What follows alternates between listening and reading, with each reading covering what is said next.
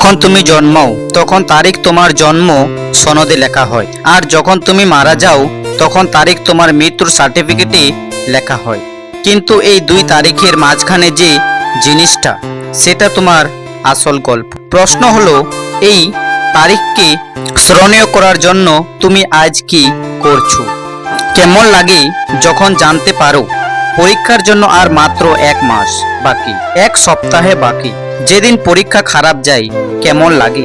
একটা খারাপ পেপার তোমার পুরো বছরের ভবিষ্যৎ বদলে দিতে পারে। বলো তো, খারাপ ফলাফলের জন্য দায়ী কি? ভাগ্য না, আসলে তুমি নিজেই।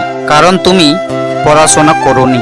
তুমি পড়ো বা না পড়ো, সময় তো চলছেই। জন্ম আর মৃত্যু, এই দুই তারিখের মাঝখানে সময়টা হচ্ছে জীবন। আজ তুমি চিন্তা করো তোমার দিনটা কেমন শুরু হয়। তুমি সকালে ঘুম থেকে উঠে কি করো? কি ফালতু জিনিসে সময় নষ্ট করো? তুমি বেশি জানো কার প্রেমে কি চলছে, ম্যাচে কে জিতলো, ফেসবুকে কে ছবি দিল, কে তোমার মেসেজ সিন করলো কিন্তু রিপ্লাই দিল না।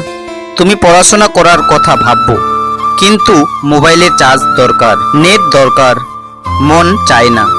এইসব বাহানা দিলেই নিজেকে ধোকা দাও। তুমি পড়াশোনা